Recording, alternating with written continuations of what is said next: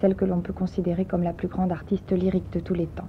Ce portrait, c'est peut-être plus une analyse de son art qui va nous être proposée à travers les témoignages de ceux qui l'ont bien connue, ses partenaires, ses chefs d'orchestre, ses metteurs en scène. Maria Callas.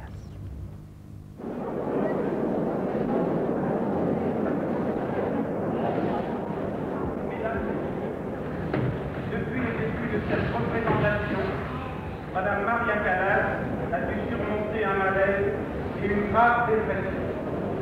Malheureusement, en dépit de ce courage exceptionnel dont nous la remercions et des soins de son médecin, elle est dans l'impossibilité absolue de terminer cette représentation.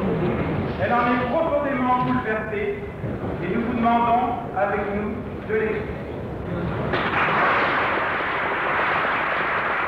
Ho tutto dimenticato. Ciò che era realtà ora non lo è più. Ma forse, se tu volessi, tu potresti ricordarti del tuo Dio. No.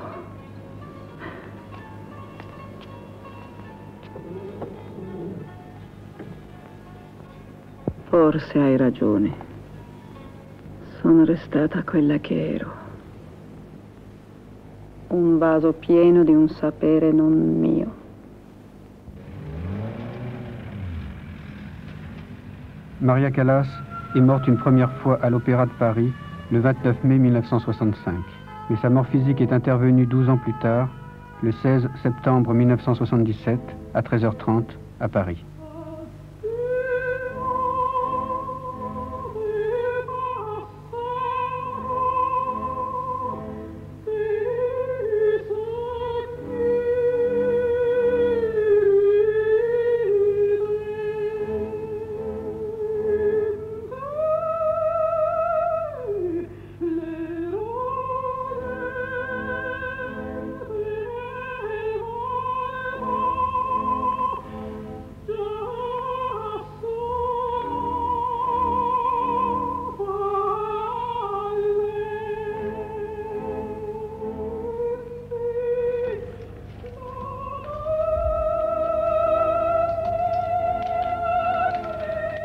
Autant le dire tout de suite, nous n'avons pas eu la chance de voir Maria Callas sur scène. Nous nous trouvons donc dans la situation de tous ceux d'entre vous qui, appartenant à la nouvelle génération, sont en droit de se demander mais en quoi consistait donc le génie de Maria Callas. Pour en juger, qu'est-ce qu'il reste? Les documents filmés, ils sont très peu nombreux et souvent de qualité discutable. Les bandes d'actualité nous donnent l'image d'une diva en représentation, fabriquée par et pour les mass médias, une espèce de mannequin haute couture qui n'est pas Maria Callas.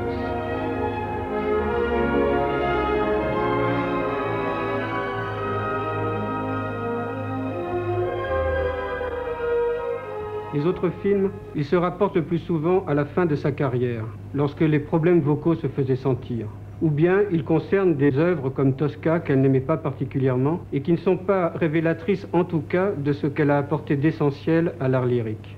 Les disques, bien sûr, mais l'enregistrement en studio ne rend pas toujours compte de cet élan qui portait Maria Callas, selon les témoins, au cours des représentations. Les documents les plus intéressants restent donc ces bandes pirates, enregistrées par des amateurs, pas toujours de bonne qualité technique, mais qui, au moins, elles, restituent un peu de la vraie personnalité artistique de Maria Callas.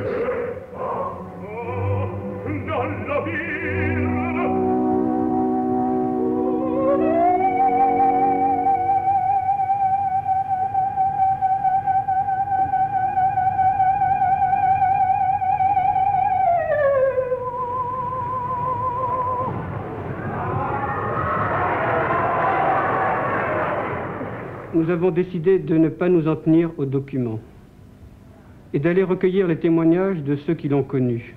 À travers tous ces miroirs, même déformants, nous essaierons de retrouver cette atmosphère électrique des beaux soirs de la Scala lorsque Maria Callas entrait sur scène. C'est un peu la recherche d'un temps perdu.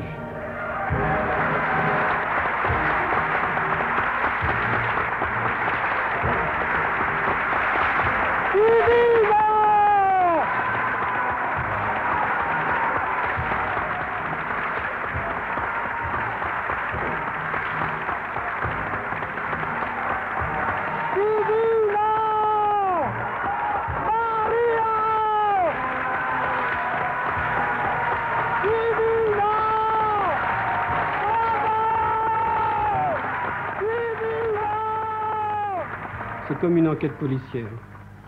Qui était Maria Callas? Je trouve que je suis une créature de destin, sûrement. Et peut-être irons-nous jusqu'à demander qui a tué Maria Callas. Che tu, nel tuo paese, se volevi, potevi compiere prodigi, dominare l'aria e il fuoco. Almeno così dice la gente qui a Corinto. E ha paura di te. Ha paura? Sì, come si ha di una maga.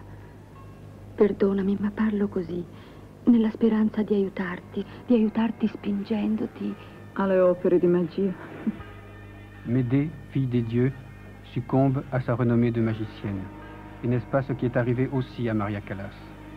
Brûlée vive comme les sorcières d'antan, consumée au soleil de sa légende. Au-delà de cette légende, qu'est-ce qu'il y a?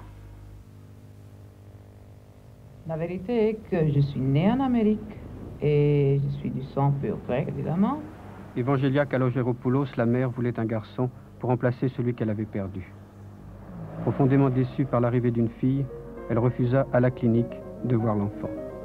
Premier signe du destin. Pour reconquérir son affection, Maria se pliera à toutes les exigences de sa mère, et même à la plus déraisonnable de ses exigences, celle de devenir une vedette du chant. J'ai jamais eu vraiment de confiance dans le chant parce que je croyais pas que j'avais de voix, enfin, mais puisque ma mère insistait tellement, je suis allée à Athènes, j'ai commencé tout de suite avec le conservatoire. Déjà à 14 ans, j'ai débuté sur scène. Il faut pas oublier que j'ai fait une petite carrière de 8 ans en 13. On y trouve déjà des rôles bien lourds. On peut crier au miracle, mais on peut s'inquiéter aussi de la voir déjà abuser peut-être de ses dons. Maria Callas retourne en 1945 en Amérique. Elle est encore pour tous une débutante. J'ai eu une grande chance, une offre d'un contrat métropolitain, la possibilité de chanter la Butterfly que je n'ai pas acceptée, évidemment. Comme début, il faut faire très attention, choisir le mieux. Le mieux devait enfin survenir.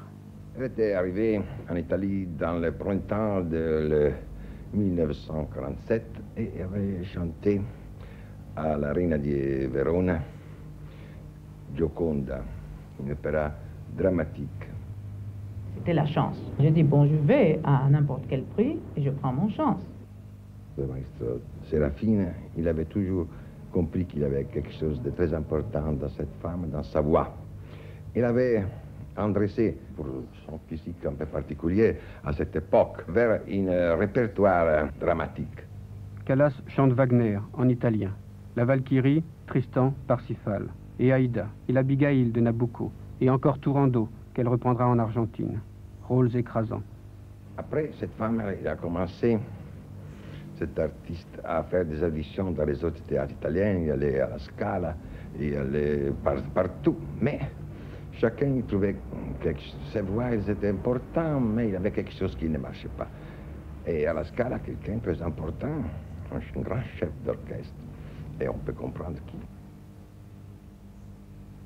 Il a dit, oh, enfin, dans ce voix, il y a de vinaigre, et n'est pas une voix d'ange.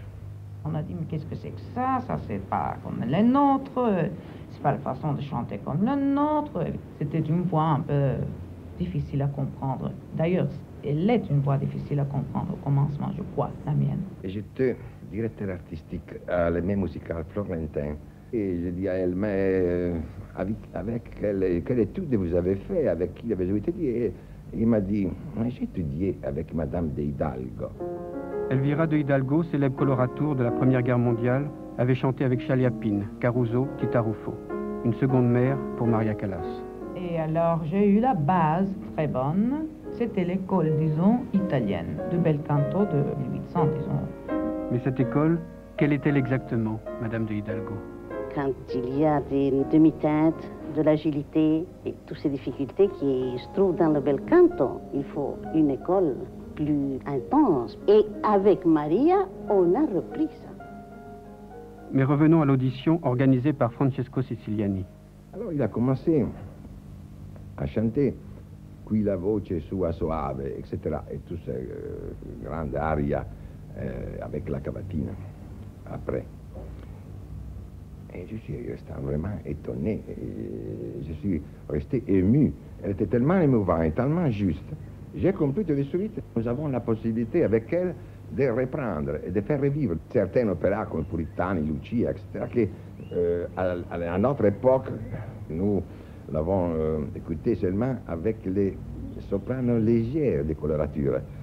Pas la voix dramatique avec colorature, que c'était dans l'esprit des mélodrames italiens, chez Rossini, Bellini et chez Donizetti.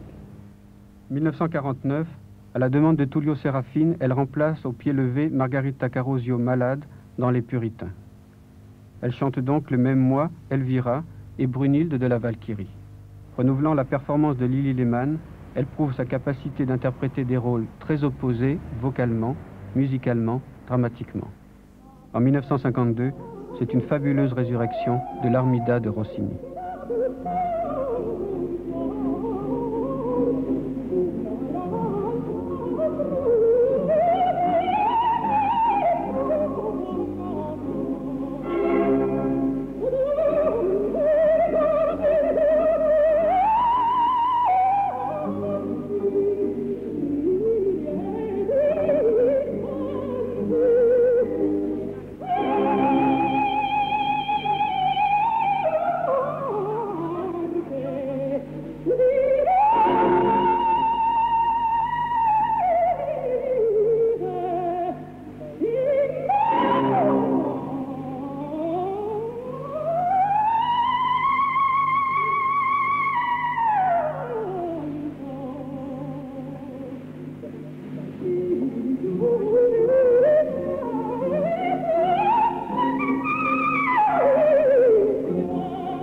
J'insistais toujours pour la voir arriver jusqu'au maximum de ses possibilités. Combien d'hommes tiendront ce langage dans la vie de Maria Callas? Et d'abord son mari, Gianbattista Meneghini, industriel de Vérone et qui devint son principal manager. Après le règne des mères, voici le règne des pères. Père et mari exigeant, Meneghini la pousse sans relâche à chanter. Elle se laisse faire, elle se laisse conduire. Et ce sont deux importantes tournées au Mexique. Le règne des pères. En voici le plus important, Tullio Serafine. Il aida beaucoup de chanteurs, et notamment Rosa Poncel, qui fut une extraordinaire Norma dans les années 20. Et il voit la possibilité de renouveler avec Callas le miracle Poncel.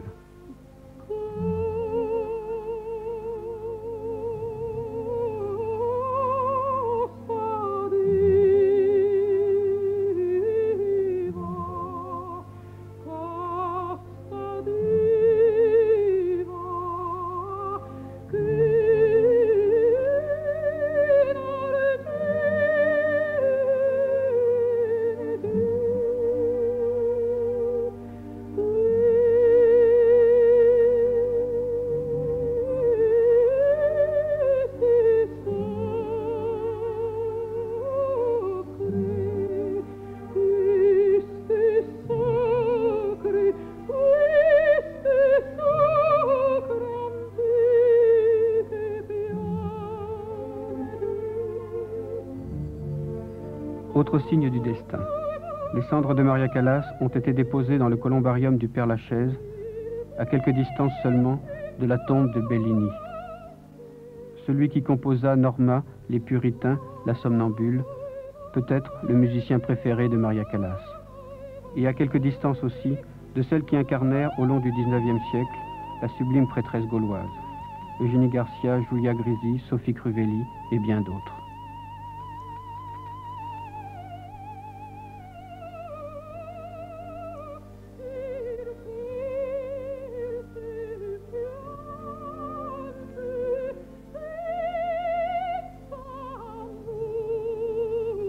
J'ai pu faire comprendre mon but, l'expression dans la musique. Parmi les notes, trouver la vérité. Mon devoir à travers la musique, ce qu'on m'en a passé de main à main, ce que Deidalgo m'a passé à moi, que Sérafine a passé à moi, que j'espère que je passe aux autres. Mais cette voix, est-il seulement possible de la définir?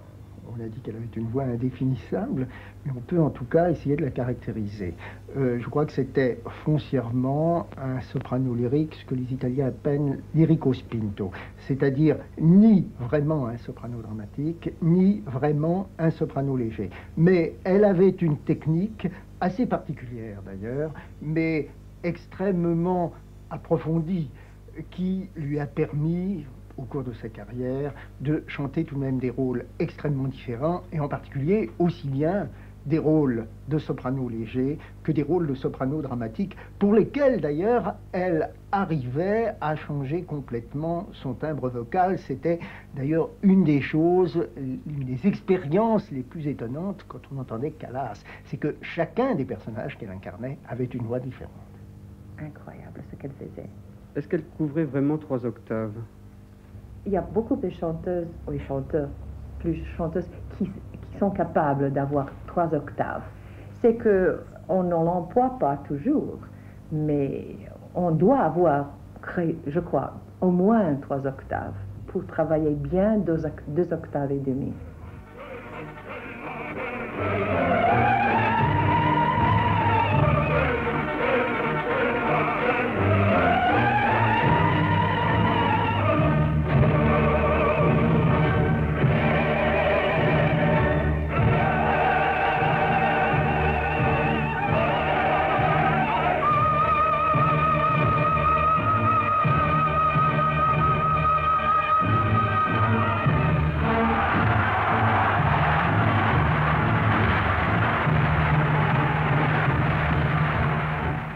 À 3 registres, dans le sens qu'il y a un placement qu'on a dans la poitrine, dans on dit la masque, la tête, le nez et la gorge. Les deux, le nez et la gorge, on emploie dans certains cas pour le folklore ou pour un effet. Par exemple, Janiski, qui on emploie beaucoup le nez pour des effets comiques. Mais je vous donne les exemples. Ça, c'est la voix de la poitrine. C'est la voix de la gorge, c'est la voix dans la nez, c'est la voix dans la tête. Naturellement, c'est la voix bien placée. Alors je peux vous donner un exemple, si vous voulez, de Callas à son plus léger, dans La Somnambule de Bellini, son air d'entrée au premier acte.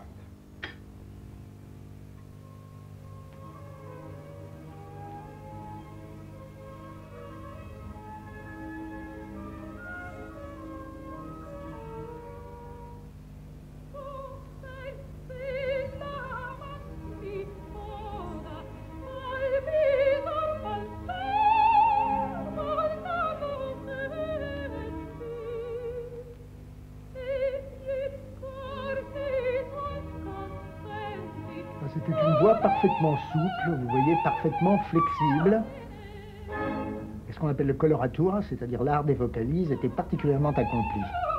Quand on dit qu'elle a renoué avec la vraie tradition du bel canto, est-ce que c'est cela qu'on veut dire? Oui, certainement. Il avait une voix unique, je crois, surtout.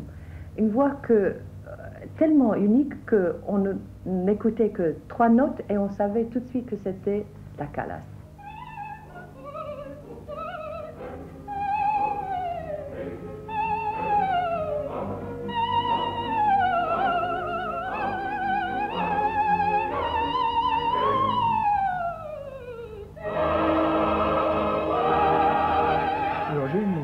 L'autre Callas, la Callas dramatique, alors ça c'est dans Médée, qui était un personnage qu'elle aimait beaucoup, la scène où elle évoque les divinités infernales. Alors vous allez voir, ça c'est complètement autre chose.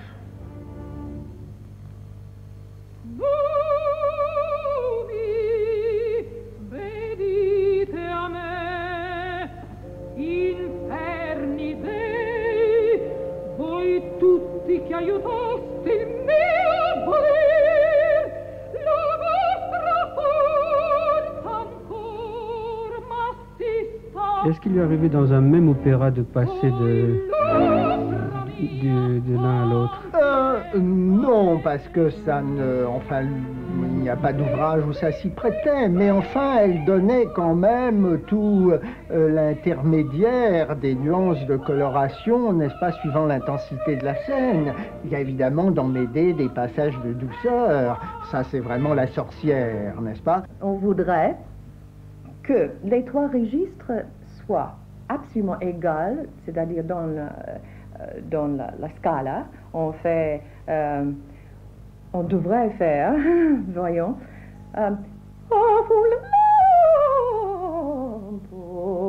son, vous écoutez, le changement devait pas être. Hein. Et quelquefois, c'est arrivé avec elle parce qu'elle forçait peut-être trop pour le vérisme d'émotion. Ça peut arriver. Il y a aussi quelquefois, ça arrive qu'en employant un coup de glotte, on a un effet presque de yodel. Quelqu'un...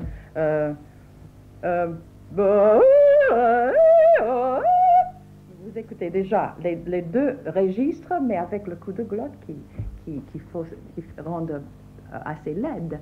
Et ça peut arriver quand on force. La voix de Callas n'est pas belle au sens classique du mot. Un goût d'orange amer. Mais c'est une voix appropriée à la tragédie. Elle fait revivre le soprano sfogato lancé par Giuditta Pasta et par Maria Malibran au siècle passé. Priorité avant tout à la caractérisation du personnage, d'où la mélancolie et les couleurs sombres de la voix. En bref, contre le beau son, l'usage expressif du son. Ce qu'on dit de Maria Malibran, de Pauline Viardot et de Pasta et de toutes les grandes chanteuses de bel canto, selon moi, ils avaient beaucoup de des fautes dans la voix. On disait même que plusieurs parmi elles avaient même des voix parfois désagréables, même âcres, on dit âcres, oui, dans les aigus, ce qu'on dit toujours de la Callas, et c'est vrai, mais aussi, elles avaient le tempérament, elles savaient prendre le public, et elles étaient aussi grandes comédiennes.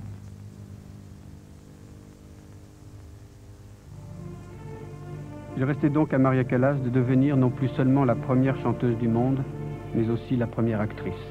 C'est à la Scala, où elle fut enfin admise, qu'elle fit son apprentissage, et notamment lors de la reprise du Médée de Cherubini en 1953, sous la direction scénique de Margarita Wallmann. Dans le monde professionnel, on comptait sur sa voix exceptionnelle. Mais elle était très grosse, très lourde, et évidemment, elle n'avait pas encore compris, pas du tout compris, l'importance de l'interprétation scénique. L'union qui doit être pas seulement entre l'interprétation de la parole et de chaque note, mais l'importance du geste.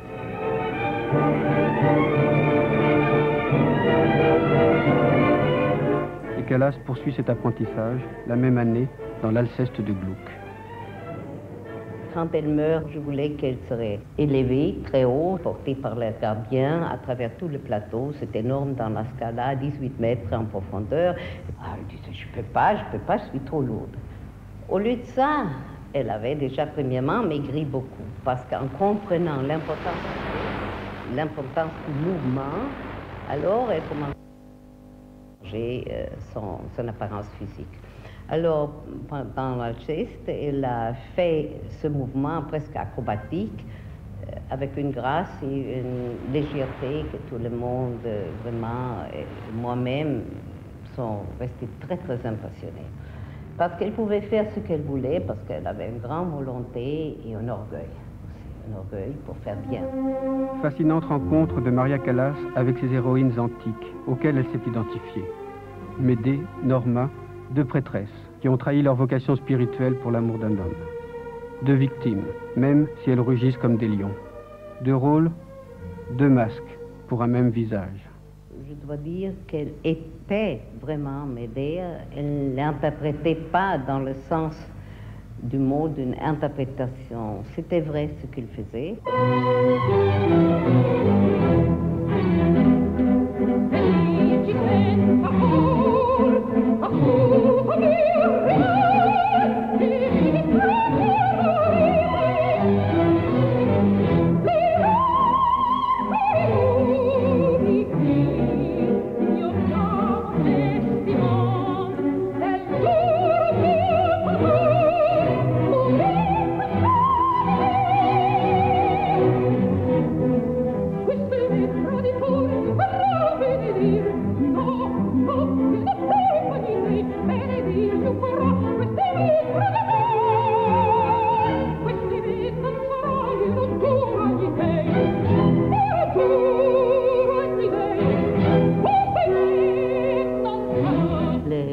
personnage de la grande mythologie était en correspondance intime avec son âme. Je crois qu'elle conservait, sans se rendre compte peut-être, des souvenirs ataviques de son origine hellénique, de son origine grecque. Autre rôle antique, la Vestale de Spontini, mais cette fois avec Luchino Visconti. J'ai donné à Visconti déjà une Maria complètement transformée. Visconti lui-même a changé complètement son type. Pour moi, il a dévitalisé Maria. Cette ménade, cette force de la nature est devenue interprète d'un grand esthéticisme. Esthétisme peut-être, mais pas seulement. Bien plutôt, la renaissance dans toute sa profondeur de l'opéra romantique. Callas, dans La Somnambule, c'est un personnage poétique, élégiaque, la quintessence de la femme vue par Bellini. Et moi, je me mettais dans le trou du souffleur toujours, parce qu'elle ne voit pas très loin, Maria. Ça, c'est une grande qualité. Je crois que c'est une grande qualité pour elle, parce qu'elle chante comme dans une espèce d'aquarium. Elle ne voit pas, elle ne voit rien. Elle s'occupe de rien, elle est seulement immergée dans une espèce de monde à elle. Mais elle ne voyait pas dans le trou du souffleur. Non, elle me voyait, parce qu'elle venait tout près, et là, elle me voyait. Et moi, je la voyais surtout, et parfois, je lui disais aussi des choses à faire. Je disais, tais-toi. Fais ça, va un peu plus à gauche, avance un peu. Visconti dirige Callas tout en la laissant libre d'inventer elle-même son personnage. Il la guide plutôt. Et Callas se plie au cadre que Visconti, avec amour, crée autour d'elle. C'est une entente parfaite. Maria avait déjà tout, hein. Mais Visconti lui a donné une classe, une auréole, enfin, intellectuelle qu'elle ne possédait pas. L'école, j'ai fait jusqu'à 13 ans, puis après j'ai commencé à étudier le chant, alors je ne pouvais pas y arriver, évidemment. Alors j'ai pas fait des études, d'éducation, j'ai pas eu. Elle était une travailleuse, une femme qui s'exprimait seulement en travaillant. Elle n'avait pas une culture énorme, elle avait l'instinct juste. Et alors maintenant, comme Visconti, qui était tout le contraire, qui était tout les côtés décoratifs, culturels, avec elle, ils se sont trouvés très bien, parce qu'elle donnait à lui ce qu'il n'avait pas, et il donnait à elle ce qu'elle n'avait pas. C'était une compensation complète.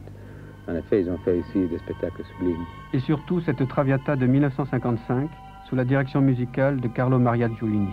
Maria Callas parvient ici à l'intégration totale des trois éléments du mélodrame, le texte, la musique, l'action. Quand vous avez un instrument vocal, une sensibilité musicale, une intelligence musicale, et après ça, une capacité sans limite de fondre cet élément musicaux avec la nécessité dramatique et scénique. Alors, vraiment, c'est une chose absolument complète.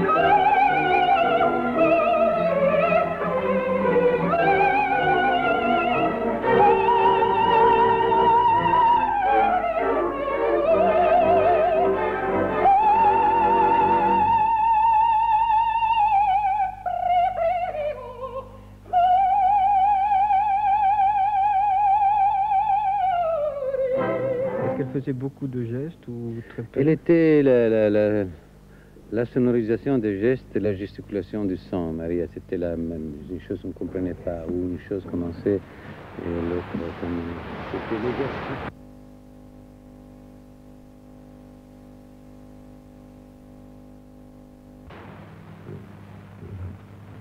c'était une chose qui vraiment le prenait le cœur.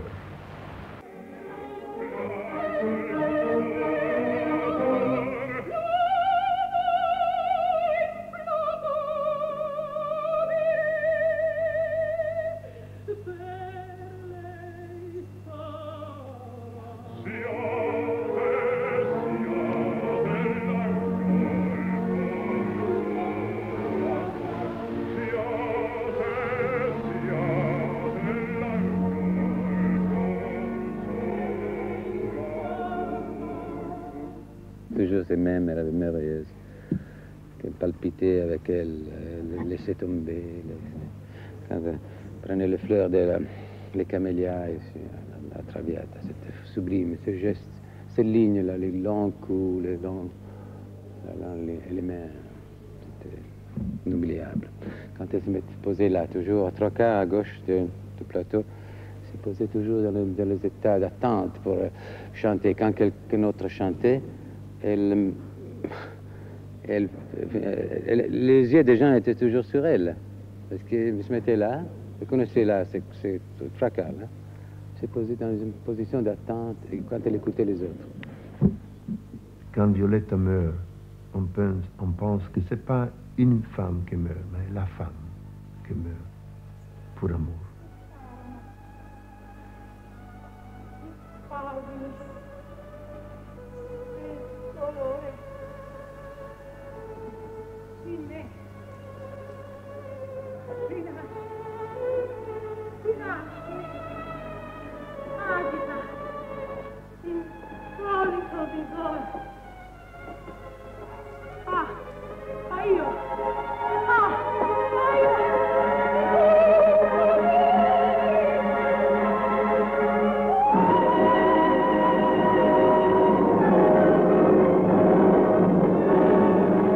L'identification de Maria Callas au rôle qu'elle a interprété, la fièvre de travail qui l'a possédée d'un bout à l'autre de sa carrière, ont laissé peu ou pas de place pour autre chose.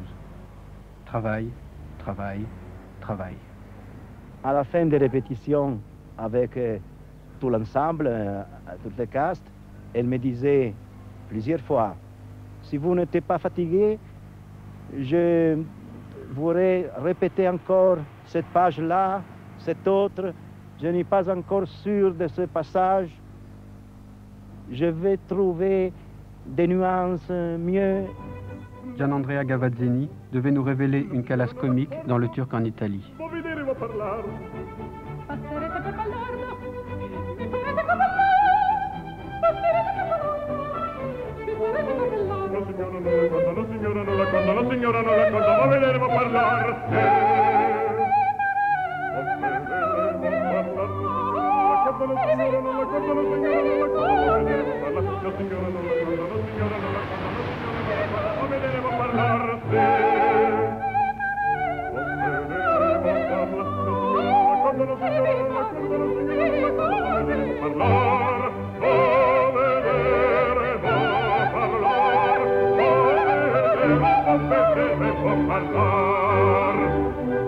Les années 55-57 voient la consécration définitive à Milan et à la Scala du règne absolu de Maria Callas. L'historique Anna Bolena avec Luchino Visconti à la Scala, 1957, c'était un des personnages emblématiques, symboliques pour Maria Callas. On a dit de ce spectacle qu'il avait inauguré une nouvelle manière de traiter l'opéra romantique. Ma collaboration avec Visconti était très étroite, très sur une base d'une entente complète, parce qu'on s'est trouvé immédiatement d'accord qu'il fallait donner à cet opéra exactement l'empreinte de l'époque à laquelle l'opéra fut composé.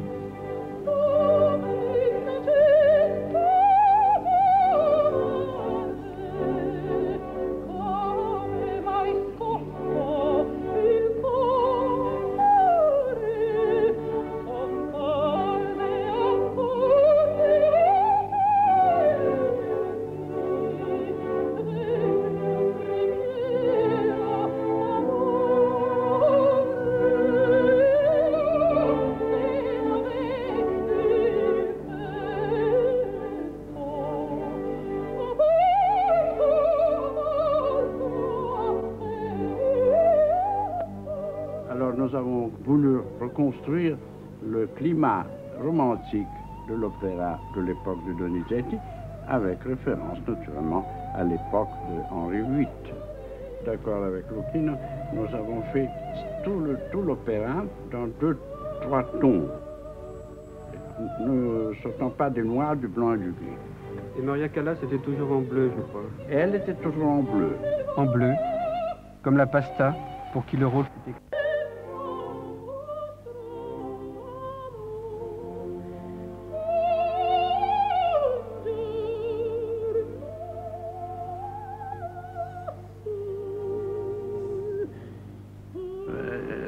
Bougeait très peu, et avec seulement jouant surtout avec les mains et la tête.